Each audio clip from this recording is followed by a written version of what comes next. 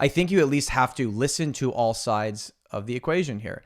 Listen to the economist. Listen to the person that's extremely pessimistic and hear them out. Why are they pessimistic? Listen to the person who thinks the market's gonna turn around here. Hopefully me and Steve are you're like in the middle, kind of like we'll tell you when it's good, we'll tell you when it's bad. Even though I think most people think we're more on like the pro side in which we want the market to go up. But for sure a bull, Tom. I'm not gonna hide. Oh, I'm long-term bull, 100%. I am for sure a bull. I got my money in this market. I believe in it.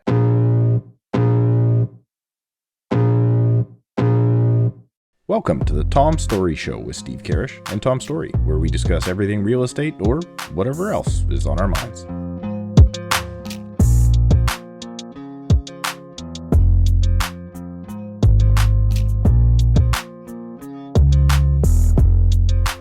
Welcome back, everybody, to another edition of the Tom Storey Show. This is going to be a Tom and Steve kind of catch-up episode, talk about what we are seeing in the market right now.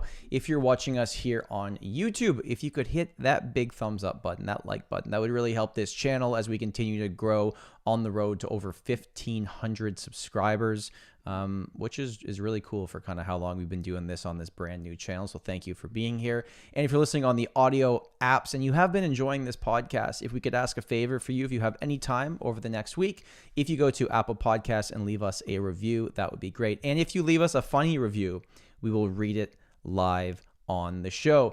Steve, I've got a ton of topics I want to talk about today, but I want to start with the market. What is the market doing? Because I got to tell you something.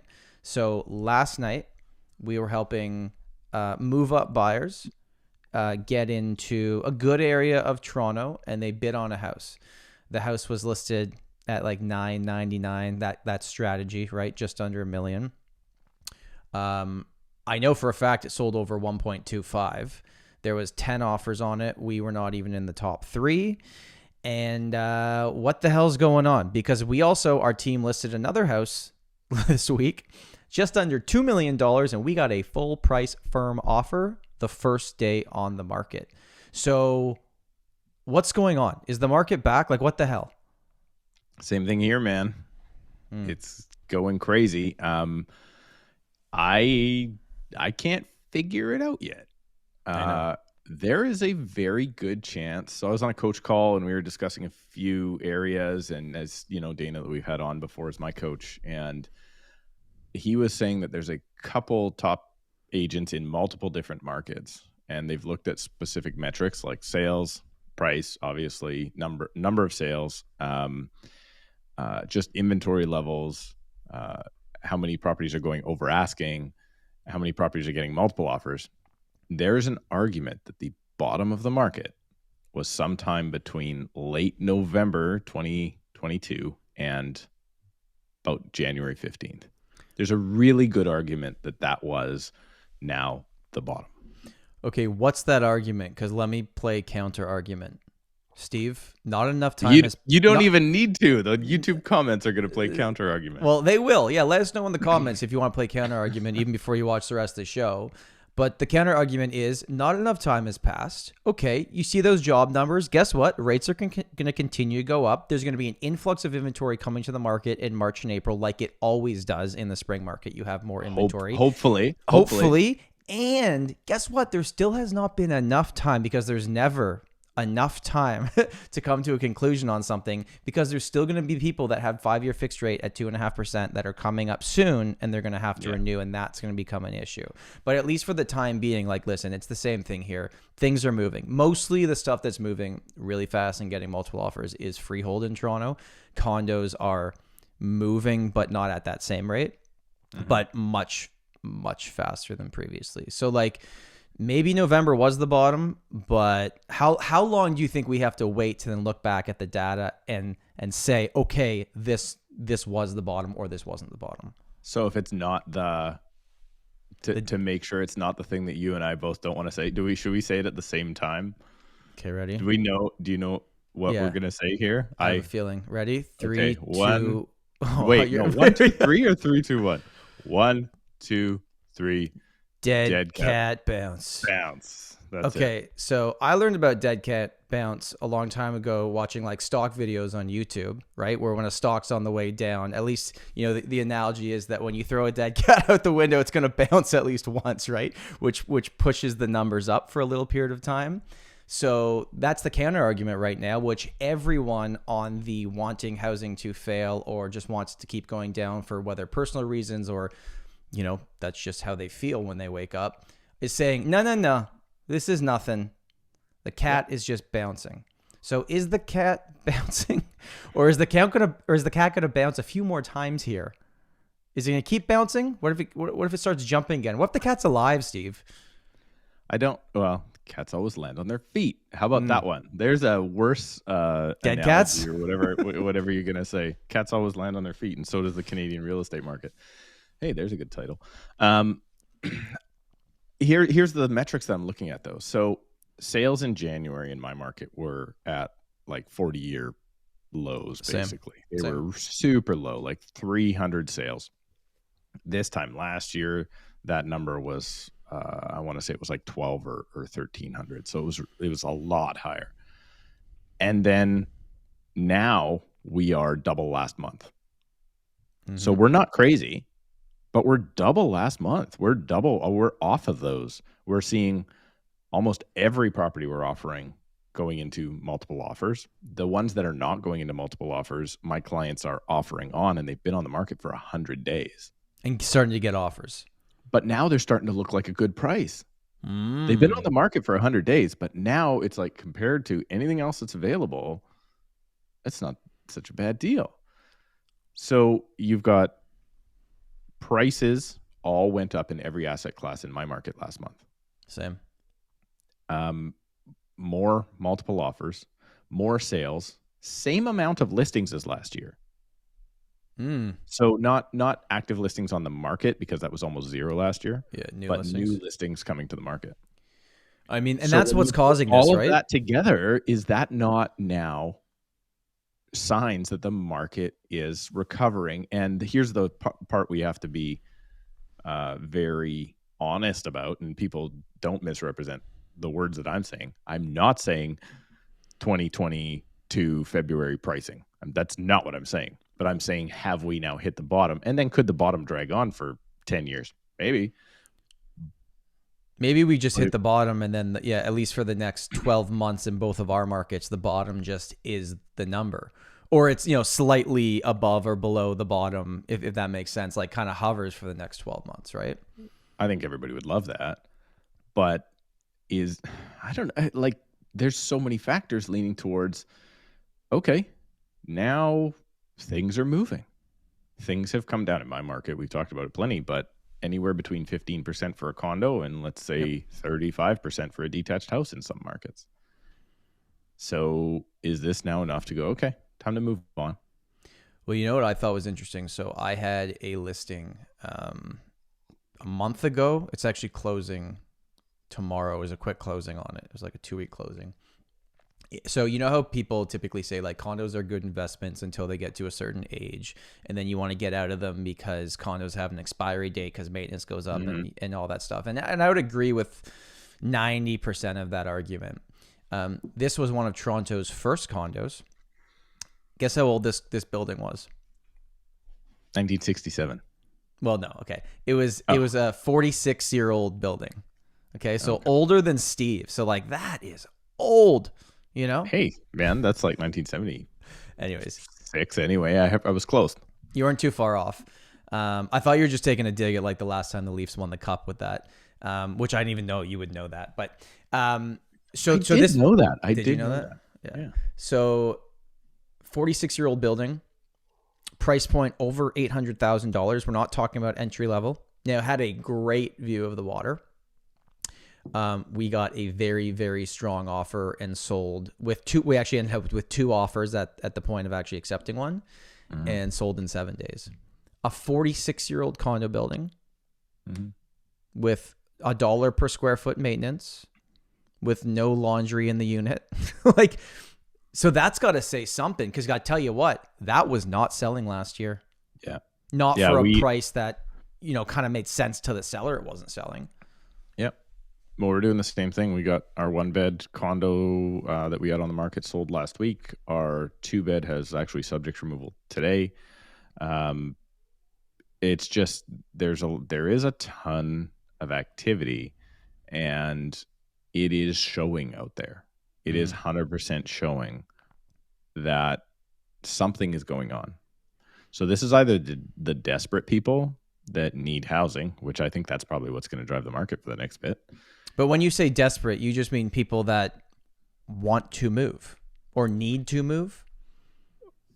Yeah, people that want to live inside. Oh, yeah. Keep forgetting about that, Steve. So, no, but there's like one of my clients that we're working with right now is just, was looking at stuff ages ago. Prices make sense now. Their rental situation has some uncertainty, and they want certainty. So they're looking at the numbers going, yeah, this makes sense. Now, this is also, if we look back at the last few years, so 2020 was a write-off in terms of what happened during every month of the year because it made no sense, right, with lockdowns and everything. 2021 was a year that it was kind of just insanity the entire year, right? Last year, the first 3.5 months were insane, and then we went on a tailspin for the rest of the year where like they were insane in the other direction. That's what I'm saying, right? So what's interesting is now looking at 2023, this could be the first year in 4 years that the spring market reacts like a spring market. And could this not just be a seasonal thing, Steve? Is this not that the market bottomed or anything? But like, yeah, of course prices are higher in February and going into March than they're going to be in January and December, because that happens every year in a quote unquote like normal year without 7 rate hikes or a pandemic. Could that not just be what's happening right now? Just a blip? I would love it. Yeah. I would love it. And that's not called a blip. That's called the spring market. Yeah, right. But we haven't had it in so long. Forget. We have not had it, man. I remember when you used to be able to take almost all of the summer off and all of December off, and that has changed, right? We don't live in a culture as much that we used to where people take December off because they're getting ready for Christmas, because a lot of people coming to the country don't celebrate Christmas. Right. So you don't have those same seasonal activities that you would normally have. So that can be influencing the market in a big, big way. And maybe that should point us in the direction of talking maybe a little bit about that Benjamin Tal article. Yeah. Did you get a chance to read it? Because I read it yesterday. No, I think I would like you to go over this and I'll kind of just comment on it because I haven't read through it yet. Okay. And I do not have it up right now. So this is all from memory. I wasn't smart enough to do that. But so basically what he's saying is that the actual bodies into the country last year, I know the immigration numbers say 465 or 500 or whatever it was. The actual physical bodies, including, let's call it new students, right? Coming to places like UBC or whatever. I don't know where they go to out there. University of Toronto, if there's such a thing. I don't know. You say you don't know if there's a University of Toronto? I don't know. Did you not know that? I do not. Well, yeah, but then is it like the Toronto University? No, you had it right. It's University of you had it right. Okay. Bang on. I have no idea. Here we have. I never. First of all, I never travel. went to university. Why don't you travel a little bit? Let's show you the world, Steve. Because of inflation, and it's too expensive. So there's all these new people coming in, new workers coming in, and it's not just the PRs, right? It's people that are coming in for all sorts of reasons. So they assume CIBC, this is what they put out, that there was actual bodies coming into the country, and not just on vacation, 1 million people. Moving have moved here or are in the process of becoming citizens, correct?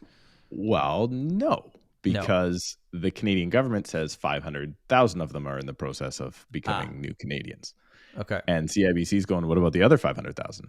So who are the other 500,000? Why are they not in the process? They are students, foreign workers here on temporary work visas. They will be the PRs, but they have not yet applied. They are in different systems. So you have different funnels, right? You have the PR permanent residency to citizenship funnel. You've also got student funnel. You've also got foreign worker funnel. What's the other one? Like, I don't want to call it migrant worker, but like seasonal workers, right? Okay. They'll bring in a bunch of people. So they got to house all these people. Yep. And then they're going, okay, well, and then his argument was during lockdown and those years, we didn't have anybody coming in. He's like, well, that's BS because you just gave all the people that had their student visas before PRs and citizenship. So right, he's like, you made them Canadian even though they were already here. Totally. Yeah. And then all those like student positions, that sort of thing start to open up. You get to fill those again with new bodies. So they're just jamming as many bodies in. But here's the kicker. He's like, so now we've got, what's your thing out there? Build more homes faster, which is hilarious name for legislation. Like, can we dumb this down as much as possible? Well, that's how you get bills passed here. You just make it clear. Wait, are you against building more homes faster? Let's slip in some other stuff in there. So you do all this stuff and you have targets. So let's say now our target from the federal government's 500,000 new Canadians per year, each year for the next 3 years, which it is. Or thereabouts within 10 grand one way or the other. At that time, then your cities go, okay, well, how many of these people are we getting and how many homes do we need to build? And then they go, okay, here's our targets. We all know they don't meet their targets. Right. None of them meet their targets. But let's say, for instance, we need 500,000 people. So you need the most common size of household expanding right now is one person, by the way. So that's why like these basement suites and one bedroom apartments are so popular. But let's say you need 250,000 homes, even 200,000 homes. So you're now building 200,000 homes for 1 million people. What type of homes are they building? Because duplexes and triplexes and split up into, 4-unit homes would probably be our best solution, right? Are you going to, this is a question for you. I want to come back to this, but This is a question for you. You're now in the new place. You have your own, I hear this is a big deal in Toronto, your own parking.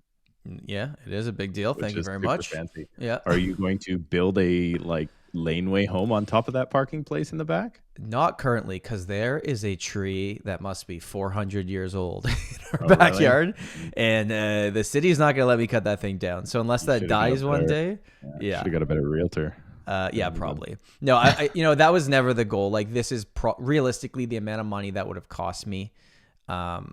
I know I probably said on the podcast when I was first starting this home search that this was like the 10-year house. It's probably the 5-year house, to be honest with you. So really? Yeah. Yep. That's because Tom Storey's killing it, and you're gonna have to upgrade eventually. You're gonna have to go to one of those northern Toronto houses that's like 7,000 square feet.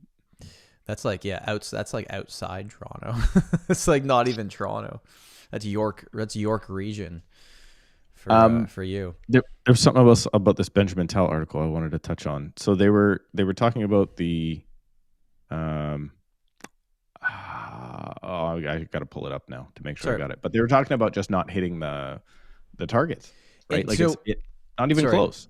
What I was going to say is, so it sounds like you're saying not hitting the targets for building of the inventory. Okay. So I guess surprise, that's a narrative we've heard forever.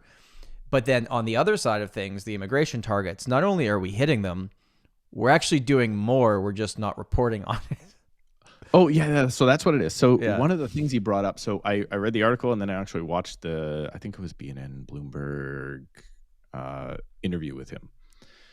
And he brought up, for instance, I don't know anything about this, but I'm assuming you do because you went to University of Guelph. Did I get 2 for 2 here? Yeah, you're good. Yep. Okay. So Guelph is an area where it's like 80% students or something, right? It's some crazy town where it's like 1 billion students and like one homeowner that's been there for 100 years. There are people in Guelph just pounding their fists right now. That's definitely not accurate. I don't know the numbers. There's obviously a lot of students because there's a university, but there are many people that live in Guelph and have nothing to do with the school. So what he was saying was, so for instance, somebody goes to Guelph and they go to a university and they're at university 9 to 10 months of the year. Sure.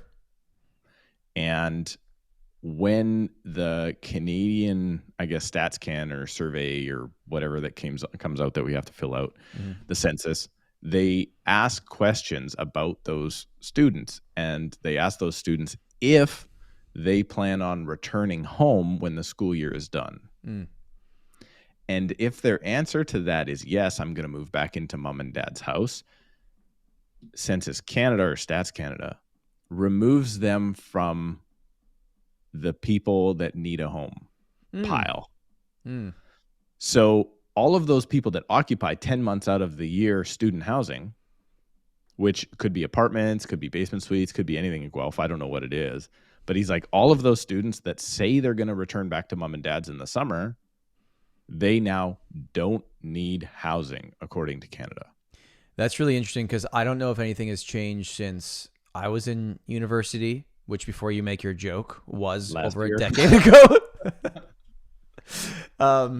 I went home every summer and lived with my parents and had like a summer job, right?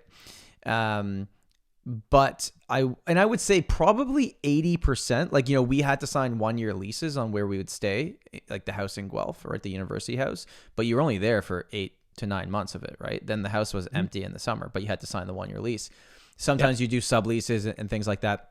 But I'd say 80% of us would go home. 20% would stay in the university town and get a job there for the summer. And you'd go back and visit once in a while. But the large portion of us would go home, which I guess we considered as someone that does not need housing. So Stats Canada says 80% of students don't need housing. Well, and then last time I checked again, they go to university. They probably don't want to crash on somebody's couch. So they're not, the point is, it's so flawed in how many are being built versus how many we think we need to build versus how many people are actually coming, that's all adding. And this was the point of the article. That's what led to a 19.1 or whatever percent nationally increased rent last year. Which is just like so ridiculous. Which is why I put something out on my channel that I was asking, because I do this every once in a while, and I'll ask, the viewers of my YouTube channel, are you a renter? Are you a homeowner? Are you an investor? Homeowner, investor, whatever. This time was the highest response I've ever got on the renter side, and it's like 40%. Well, interesting. So it almost made sense. I think you had it like, do you own your home? Do you own an investment property? Or do you rent? Was that the 3 options? Basically, yeah. Rental, own, and at least one investment property. And I guess that kind of adds up. If you own and then you own one investment property versus the people that need that investment property to rent it, the math would make sense on that. So it shows survey. that, and usually it's been very split when I've put that survey out in the past. It's been like 30%. And you had a lot of votes on that. That was real data we're working with, like over 100 votes. Yeah. So yeah, my channel's doing okay, Tom. I know I'm a couple subscribers. By the time this episode's out, I think you'll beat me. You're on a roll. I got to give you credit. Your videos are crushing it right now. Crushing clickbait the crap out of them, and then well, it's working for you. Whatever you're doing. Speaking of clickbait, so this for sure is going to be called something about a dead cat bounce. Is dead cat bounce the new "don't try and catch a falling knife"? I think so. I think it's the trend. It seems to be the thing to say if you're in disagreement that the market has bottomed out, or that even things are moving again, or if you just, you know what I think the thing is too, and like, I really do honestly try my best on these podcasts and on my channel and in conversations at the office and with friends and family to be like, okay, here's the data. The data is great, but then here's what I'm actually seeing. Right now, what I'm actually seeing will contribute to the data for the next set of data. But if your entire personality is based around being a housing bull or being a housing bear, like one side, like you can change your mind over time. It's okay. Right. And Steve, you had said something in the live stream we did with Nolan, and we're definitely not getting into politics on this episode, but you said something along the lines of, if you vote for your political party in the same way that you cheer for your hockey team, soccer team, whatever, you are an idiot. Yep. I can't even say it. Idiot, moron, stupid. Pick one of them. You are that. So I just want people to remember that your personality is not tied towards, like, I struggle with this as like, I think I'm more than just a real estate agent. Like, I think I have other things going on. That is what I do. But I struggle with that sometimes. And I think a lot of people that have these really, really strong opinions on something, they are so deep, and you are talking to an echo chamber of the people that agree with you. And by the way, you can make that exact same argument to me and Steve because we talk to each other and we are somewhat positive people, right? So I'll take that same, pushback. I totally understand it. But like, you can adjust your mindset if you want. You don't just have to be this person because that's who you decided you were for a period of time. You can shift, you can grow, you can adapt in either direction. Well, that's another. So I did put out a video that was very much like, here's what I'm seeing right now. I'm not going to tell you one way or another is this, and I think I called it like frenzy or flop or something. Like, is this just a frenzy? Is this a dead cat bounce type thing? If we say that one more time, I'm going to, anyway. But here's the weird thing that I'm seeing with it. The sentiment in the YouTube comments is turning around. I know. I've actually noticed that also. Like, it was a month ago, 60 days ago, for the last 6 months, it was all, you're idiots, you're going to lose your shirt, everything. But now it's like, people are like, oh, I'm trying to offer, and yeah, we're running into multiple offers, and yeah, I'm trying to get in now. Now it makes sense. And the general, I don't want to call it positivity because they're not quite there, but the sentiment in the comments, if it mirrors sentiment in the consumers out there, it's coming back. I'm going to say something that might get me a little bit in trouble, but most of the people that have the biggest following, okay, you know what? Let me rephrase.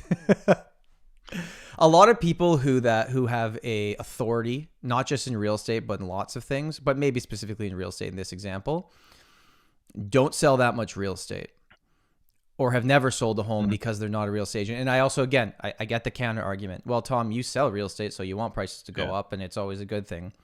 But I think you at least have to listen to all sides of the equation here. Listen to the economist. Listen to the person that's extremely pessimistic and hear them out. Why are they pessimistic? Listen to the person who thinks the market's going to turn around here. And hopefully me and Steve are your like in the middle, kind of like, we'll tell you when it's good, we'll tell you when it's bad. Even though I think most people think we're more on like the pro side in which we want the market to go up, but for sure a bull, Tom. I'm not going to hide. Oh, I'm I'm long-term bull, 100%. I am for sure a bull. I got my money in this market. I believe in it. Yeah, I do not. I mean, I do, like you're saying, I try and look at it objectively as best I can, but I'm just a mindset of, you know what? It's essential. People need to be inside, and that's where my bullishness comes from, not from like, oh, it's always going to go up, it's always pre-sale. I mean, you and I hate pre-sales, both of us. We hate them.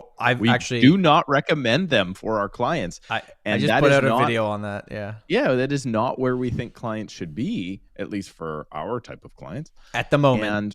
At this period of time, I would never take on that much risk. Okay, I know you bought a pre-sale in the past. I would personally never take on that much risk, even in a really good, because the best amount of risk right now in a pre-sale is probably buying now, hoping that we come out of this by completion in a high rise. Agreed. Yes. Right. So I never think it's a good idea. And I've had lots of people talking about wanting to flip and do different things over the years. And it's just like, if you are okay in the 7 to 10 year cycle, you're fine. But if this is the year you have to complete, good luck to you. And I would never take a 1 in 7 Russian roulette bet on my finances, because that's probably about what it is. Once every 7 years, the market goes to crap for a couple, 18 months, and then it takes off again. And if you have to complete in that time, Lord help you. You know, the way that it was explained to me, and this you can't argue with when you look at the long-term data. And I'm saying this as someone that focuses on the GTA, right? And Steve would say this as someone that focuses on his area.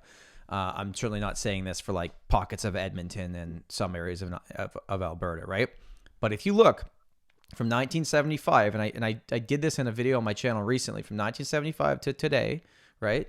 The market has gone up and down, but moving upwards in an upwards direction. But in short-term periods, the market can absolutely go down.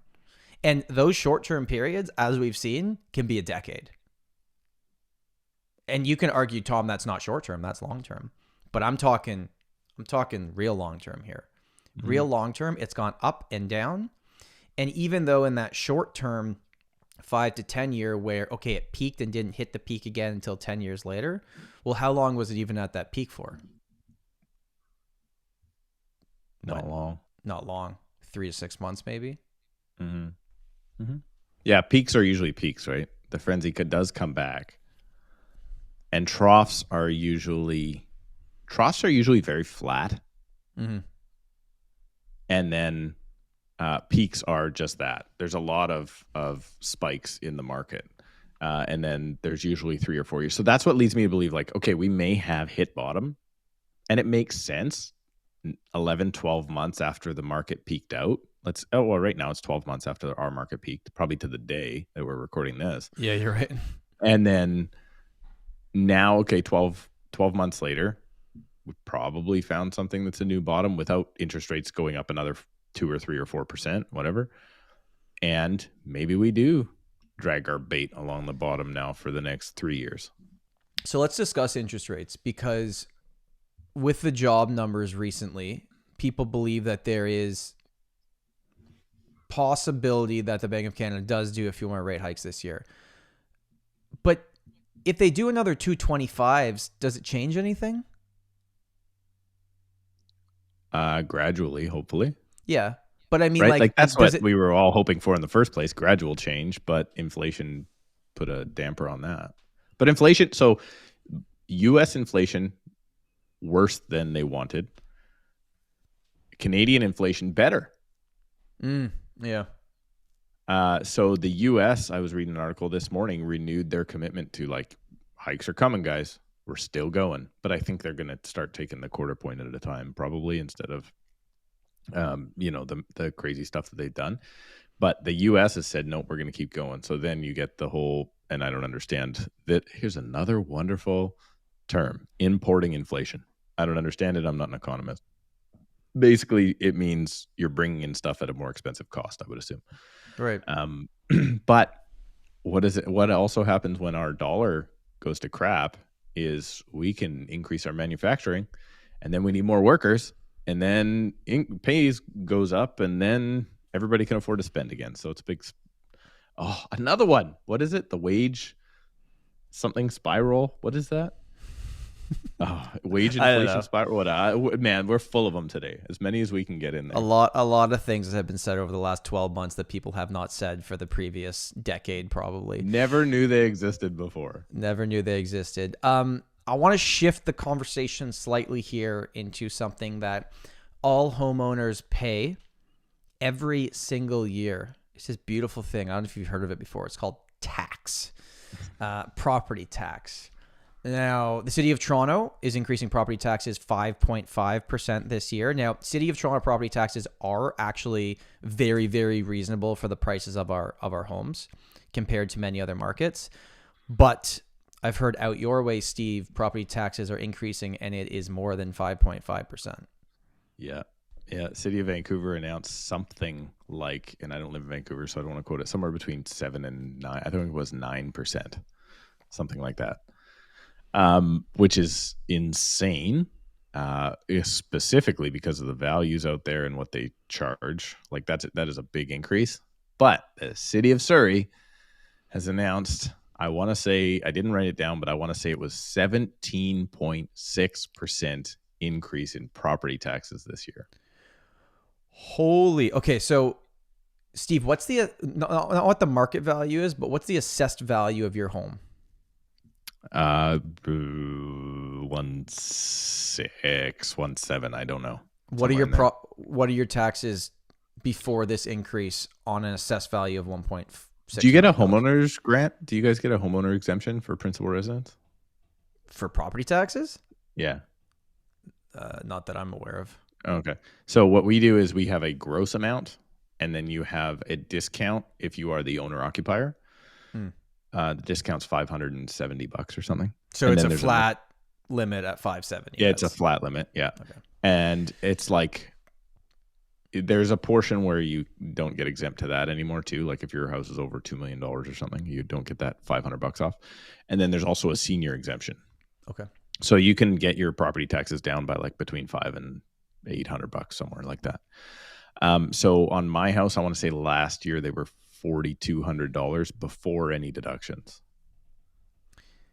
And I can't do that math. Yeah, let's do that math. Well, okay, let's call it 20%. So, 17. Yeah, do 4,200 times 17.6. So it'll be an extra $714 for you. So from $4,200 to, let's call it $5,000. $4,914 is what you will be paying this year. So then I get my $500 off, $570 off, or whatever, because I'm a owner occupier. Right. But this might get too centralized to my market. This is such a political move. Why? Because Surrey is going through a transition from RCMP to private police force. Okay. The mayor that came in last time was the person that wanted to transition. Everybody voted him in. Now, the current mayor that just got reelected was against that plan, and she probably hates the old mayor more than anybody, so it's like a little vindictive thing. Now, she's saying, well, I got elected, so that means everybody wants to keep the RCMP here. And then it turns out that she was the only candidate, so like 70% of the people that voted for everybody else voted for all candidates that wanted to keep the RCMP out. But what they're doing is they're basically saying this whole cost is because you're bringing in the RCMP, and this is the cost, or removing the RCMP, and this is the cost of a private police force. And I'm sitting here thinking, well, why is it that every other metropolitan city cannot have the RCMP anymore? So I think it's more of a political move than actually needing that money to move forward with whatever policing they decide to. But we have this amazing thing here in Surrey where nothing happens fast enough. So the new political party that comes in every 4 years just changes all the other stuff, and they waste more money on changing it than just going ahead with the other guy's plan. That sounds like just politics in general. So stupid. Such a waste of taxpayer money. I don't know if you've been paying any attention, but our mayor in Toronto is doing great. No news over here. Everything's just swimming along nicely. He just did the city budget. I don't know if he's officially resigned yet, but there's lots of fun stuff going on. Do you actually know what I'm talking about? We're not going to cover this, but okay. I heard something about it, and that's one of those, I don't know if that's private life and not related to how good of a mayor you are sort of things, but that's the way we're going. Yeah, I will tell you one more thing that probably may apply to different cities. I'd love to know actually if people want to comment on YouTube about this. City of Surrey is sneaky and kind of fun at the same time. So we have a lot of people that want to buy in our city, but then they look at Langley. So Surrey and Langley are right side by side. Okay. And then they look, and Surrey's property taxes are super low compared to Langley. Why? Let's call it 15-20% lower. Substantial. And then everybody's like, okay, well, if I move to Clayton instead of Willoughby Heights, until this year, because they're going up 17%. Until this year, yeah. Well, here's the thing. Here's what the city of Surrey does. Look at our super low property taxes. Oh, by the way, in January, here's your $700, $800, $900 water and sewer bill, which in Langley is built into your property taxes. Yeah, so the property taxes are like identical, but it's just the way they structure it to. So yeah, property taxes are the same in Surrey and Langley, even though they don't look it. I mean, Toronto does the same thing, but they get you on closing with with a fee that you pay just to the lawyer called land transfer tax, and they gouge the hell out of you, and it's $30,000 to buy the average property in Toronto in land transfer. But don't worry, your property taxes are low. Okay.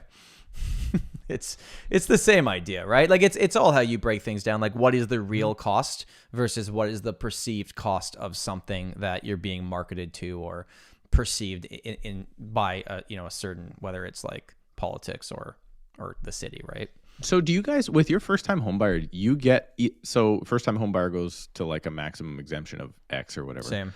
But if you buy a really high-priced property and you're first-time home buyer, you still get that portion exempt? Correct. It's $8,475 maximum. So ours is, if you cross the threshold of the price point purchase, then you don't get any exemption. You pay the whole thing. Interesting. Yours makes a ton more sense. So it's like, okay, ours is like 500 grand. So if I buy a 600 grand, I pay the whole whack. I don't get that original 8 grand.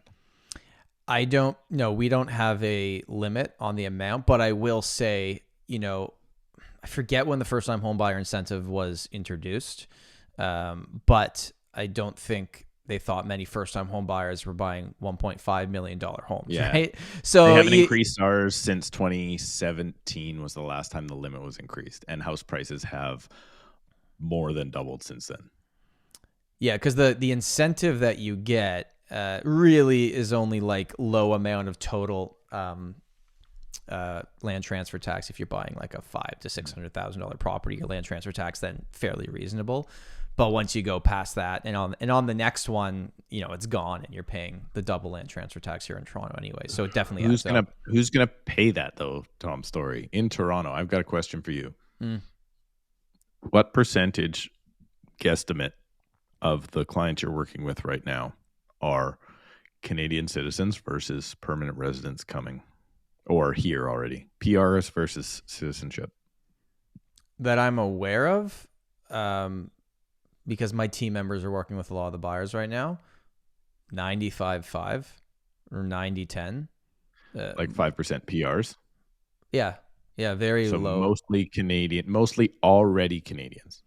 Mostly already Canadians. There's definitely a certain percentage that we help every year that are PRs, but for the most part, from my understanding, yeah, they're Canadians. I would say mine is almost inverse of that. Why? Why is that? Is that your market? Is it the people that are moving into your market are newer to the country compared to mine? I don't know if it's because of the reach on YouTube is attracting those people to me. Okay, yeah. Could be that because now I've got a call this week lined up with somebody like still in India and is coming here, right? He's like, I'm moving there in March. I want to have a conversation now. But yeah, a lot of those people are getting their PRs before they even have visited Canada, right? But they're coming here, and I'm trying to figure out, are they coming here because it's Vancouver or Toronto? Are they skipping Toronto completely? Because let's face it, Vancouver's probably going to have your more temperate weather all year long. Although you wouldn't know it today. It's like minus 10 out. You should have seen the snowstorm that we had this week. If it happened in Vancouver, it would have looked like an episode of The Last of Us.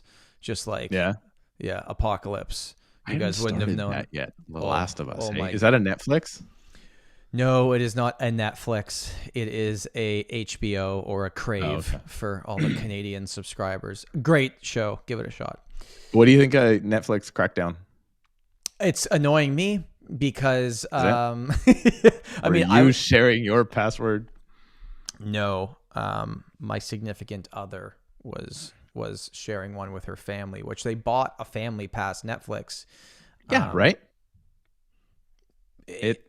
I don't know how it's going to go. I think they are going to lose more business than they get from it. Or, hear me out, or it's going to work and every other streaming service is going to do the same thing. Just like when Apple takes away the headphone jack and whatever, and everyone's like, that's dumb. And then they copy it 2 years later. Yeah. I think they're all for sure going to do it. But you know where it's going to lead me to do is pick one and deal with it. Right. I just put a video out on my channel talking about this type of thing, like how much of that we spend our money on. Yeah. And I don't know. I don't know if you do this where you are. I have a HD antenna that plugs into the back of my TV, and I get all my football. I get all my CBC news. I get like CBC, CTV, City TV. This is like a legal thing you have? All of those networks that are local in Toronto, they broadcast for free on HD over the air. Nobody knows it. Oh. So I went and bought a $30 at like a secondhand wow, stop trying to impress us, Steve. I mean, open box HD antenna. I hooked it up in my garage. I pointed it towards downtown Vancouver, and then I went in, plugged it into my TV on the other end of the coax cable. It's all there. It works. I'm watching Seahawks games on Sunday with not anymore, but I'm watching, football on Sunday. It's all for free, full HD, better picture than I can get out of the cable box. And I did that 9 years ago, and I haven't had cable since. So like I think there's a lot of people that are going to start saving for things like higher interest rate mortgages by going, maybe Freeland was right. Are you going to say it? Are you going to say Cancel this is another one to jam in there. This is, we are going to have to title this in some way, Tom, that is going to get these in, but cancel your Disney Plus for sure. If I had to rank the streaming services right now, having a 1-year-old, Disney Plus is my top choice, followed by YouTube Premium. Shout out YouTube. Thank you for the monetization and everything you've done for us.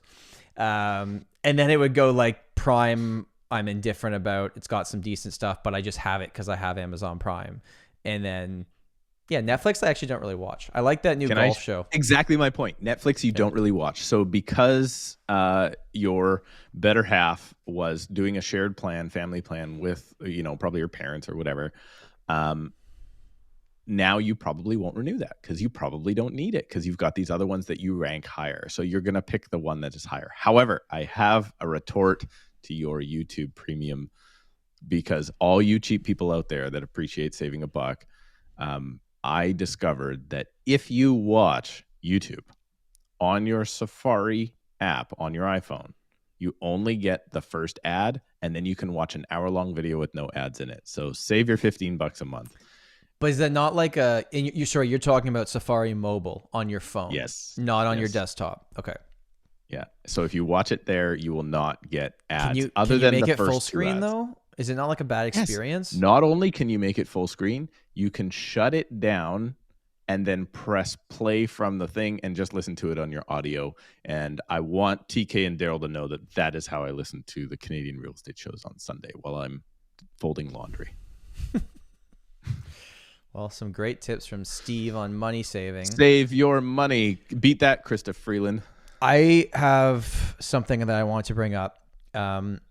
Something that I have seen a lot of real estate agents post about that kind of annoyed me. And I actually made an Instagram story about it yesterday. Wait. Did you get the brand new listing that I have that's perfect for your buyers just down the street that you didn't see on MLS? Is that what's annoying you? Because I'm getting MLS. Just listed emails like nonstop right now. Oh, I unsubscribe daily to many.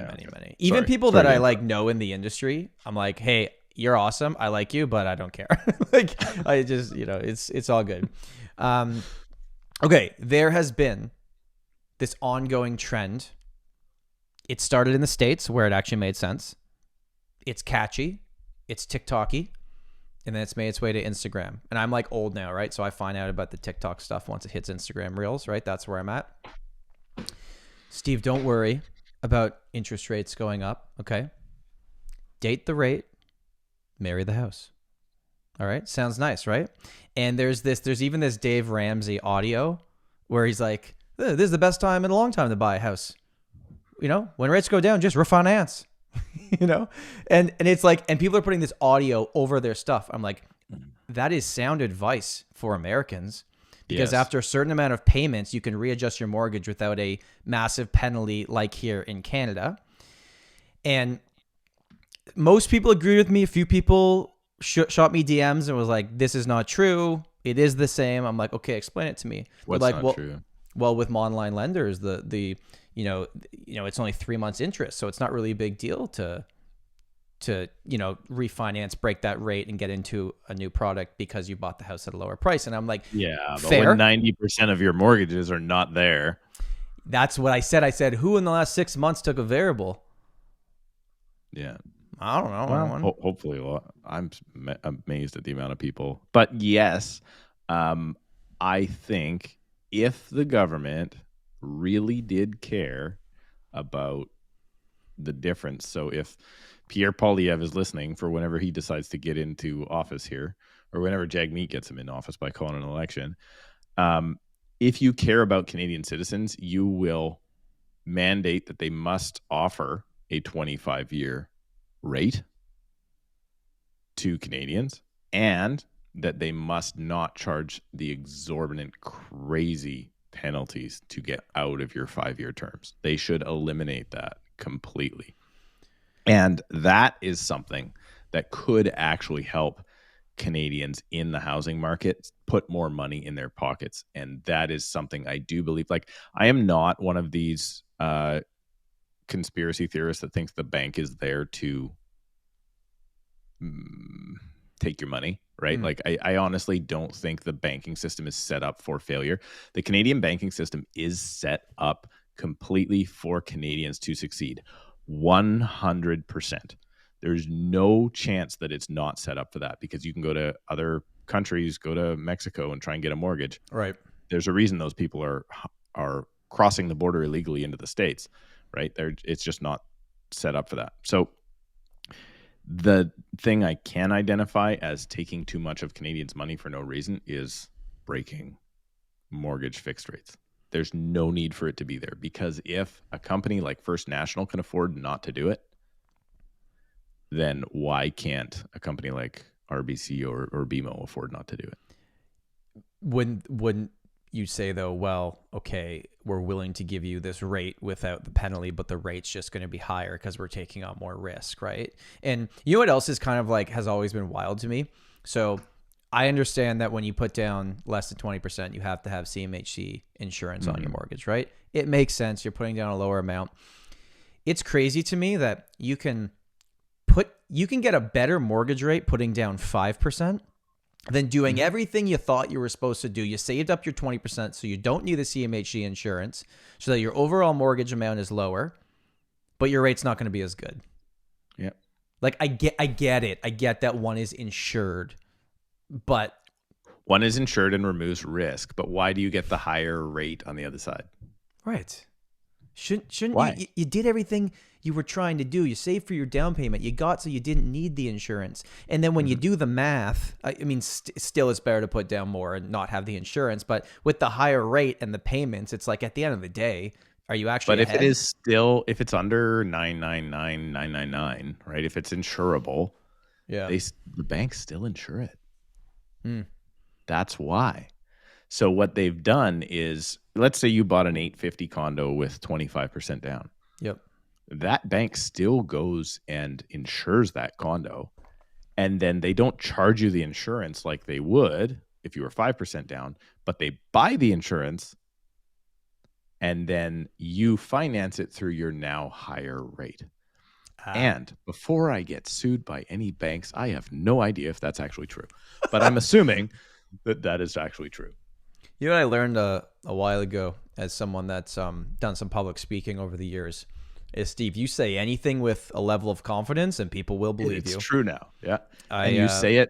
What's the Conservatives doing right now?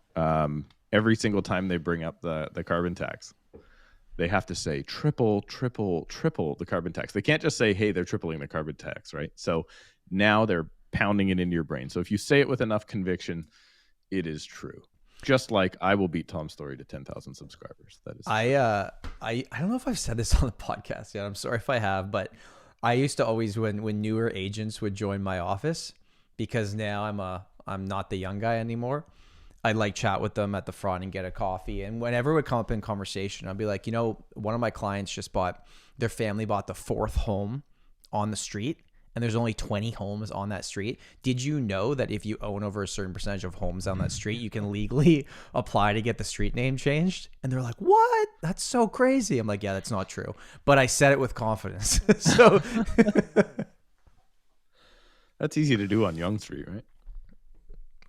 Yeah. Yonge Street's easy. Very small street. How much? 5%?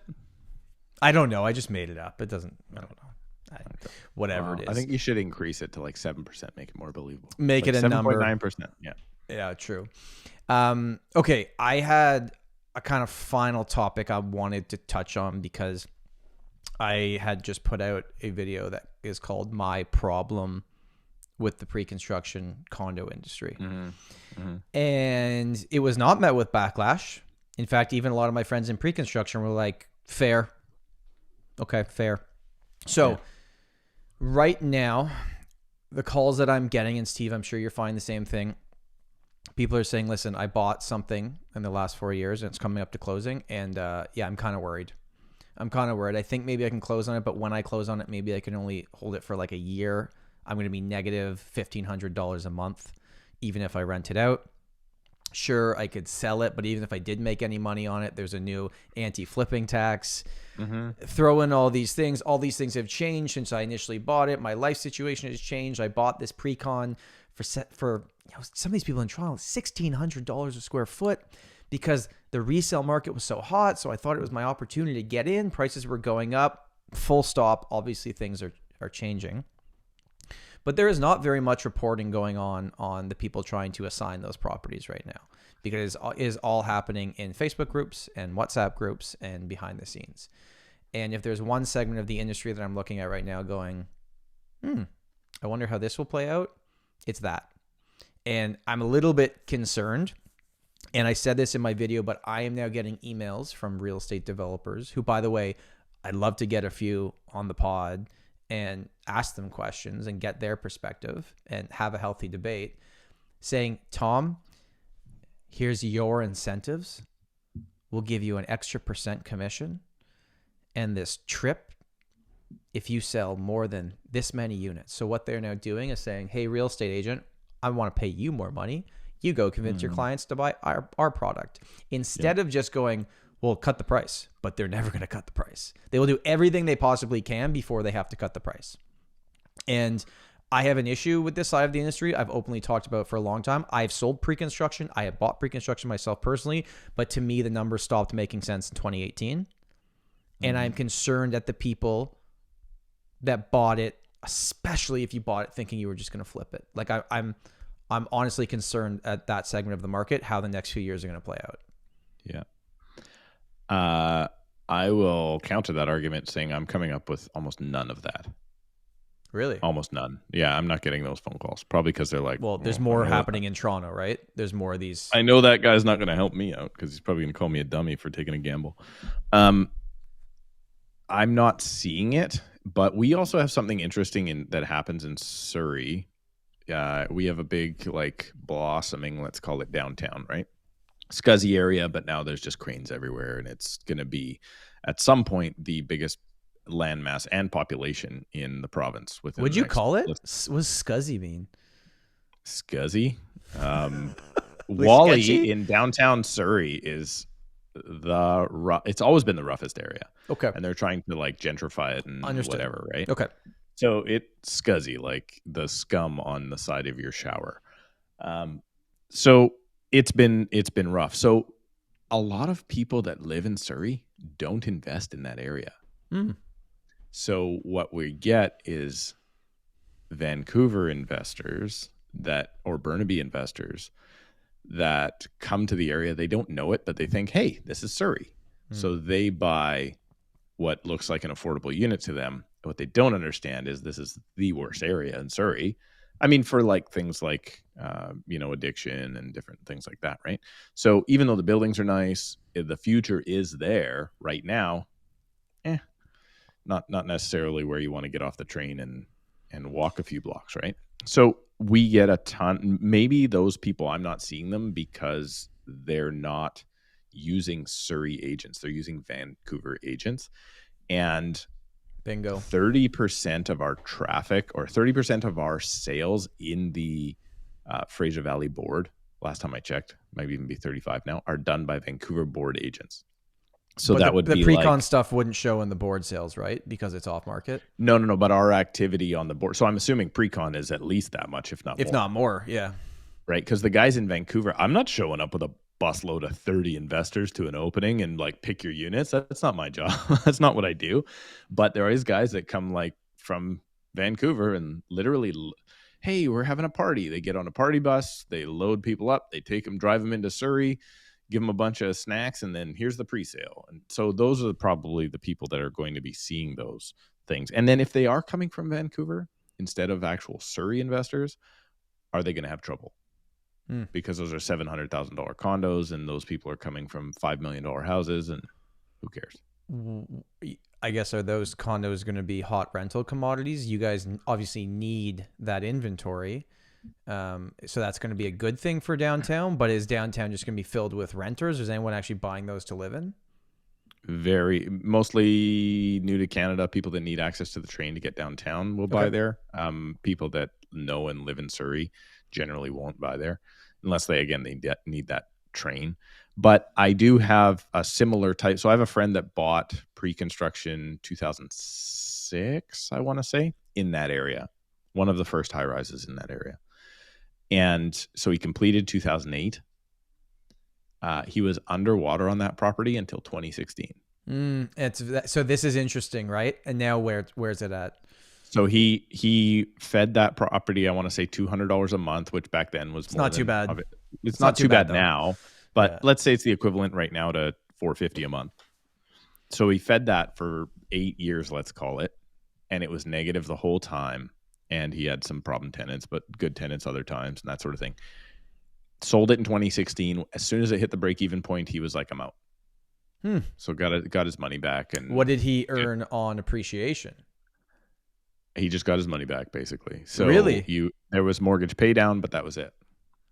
No appreciation. Right? Well, not until from 2008 till 2016. Then it broke even. Then if he had held onto that property for 2 more years, he would have doubled his money. Yeah. Okay. So there you go. Right. And that's probably what we're going to run into now for the next little bit. So those flip people, like, because there was people that bought in that particular building, they were buying for like $230 to $260 at that time in 2006.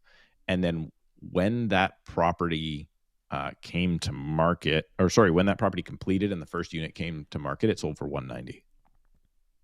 Wow. So it's like a 25% drop, 25% drop right between completion and then resale. I mean, we're seeing a lot of cases right now in Toronto, and it's made some news stories. Actually, people have a lot of opinions on it, where people bought a pre-construction townhouse for $1.2 million.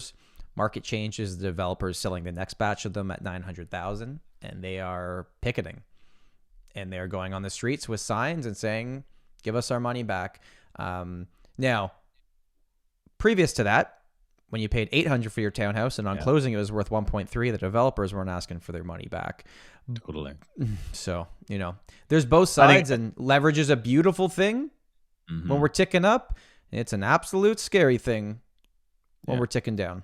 Those people that are protesting are, they're grasping at straws. They're panicking, and I understand that. Of course. But that's, it shows how uneducated you were in your purchase if you're going to picket when the purchase goes bad, right? So they probably shouldn't have made the deal in the first place, and they probably shouldn't be picketing now. Because it was new construction, they still had their 10-day cooling off period, Steve.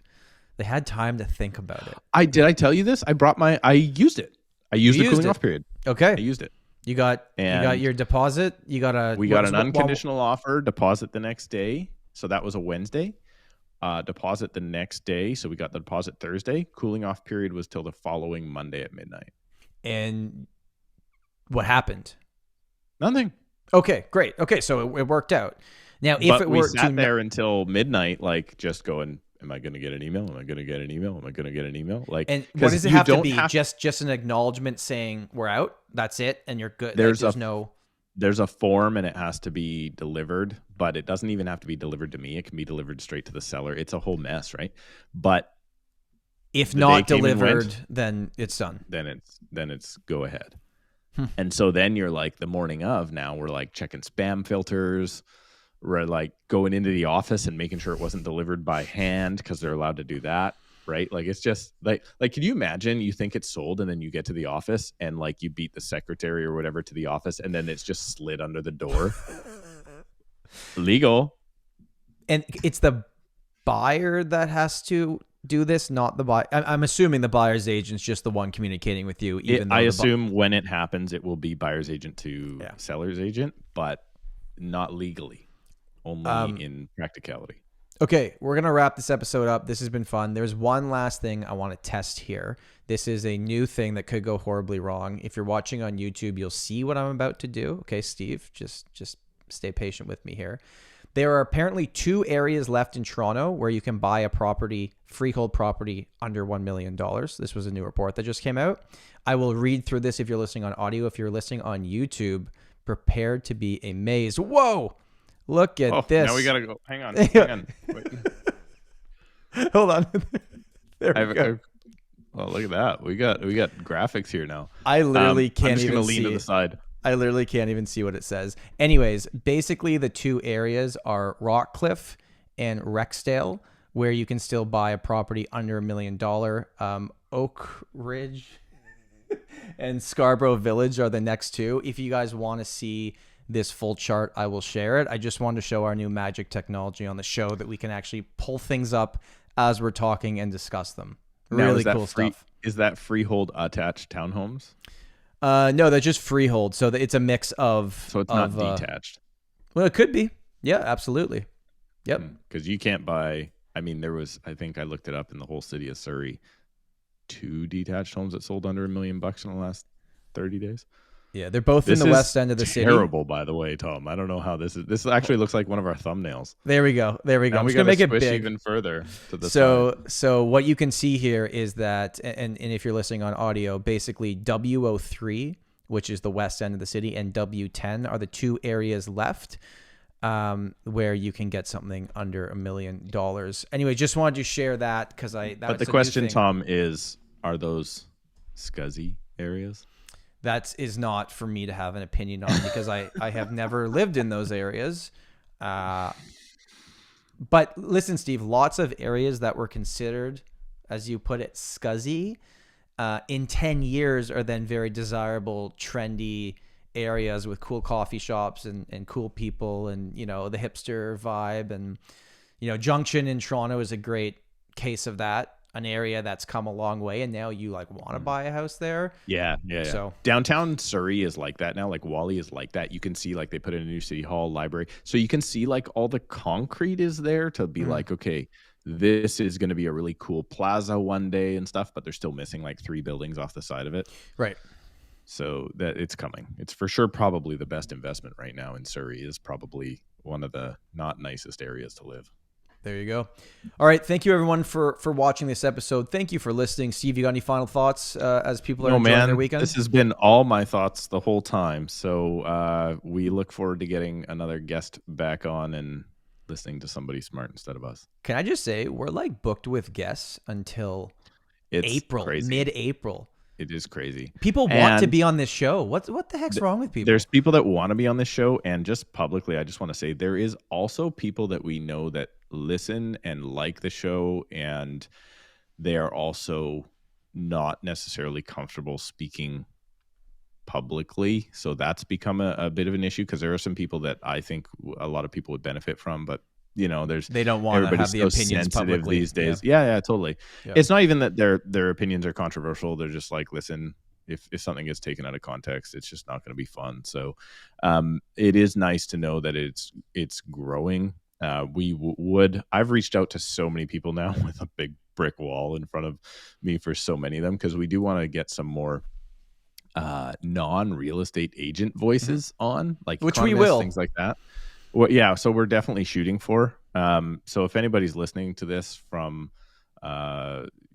big banks, I've reached out to, and I'm going to say this one, I'm going to call them out publicly. I've reached out to CMHC. I want to get someone. By the way, we know you listen. We've talked to you guys, so I want to get tell Ben we would like him on the show. Okay, public ask. Man, then yeah.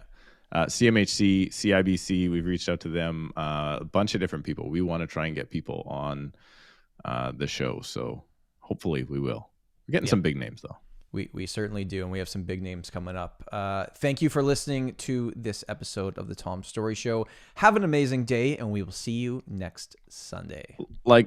Subscribe and review. Give me a review. I want to read another funny review. Yeah, that would be fun. All right. Bye.